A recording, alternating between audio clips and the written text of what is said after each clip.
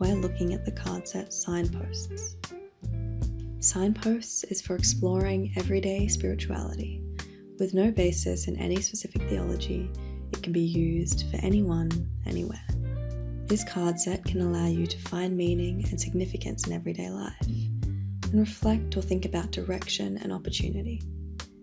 It's a great space for dynamic conversation all the way to a rich, reflective journaling session. Signposts is for the big questions. Where should I be in life? Where have I come from and where am I going? Some overarching themes we like to look at when going through the card set is, when the going gets tough, what helps me through?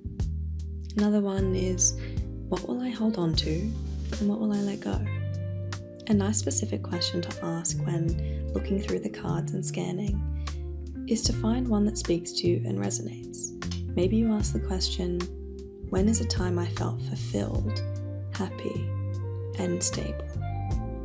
Maybe you're asking what direction you want to take next, or what opportunity might arise soon and how you might come to terms with that. Whether you're in a group or on your own, we hope you enjoy using signposts.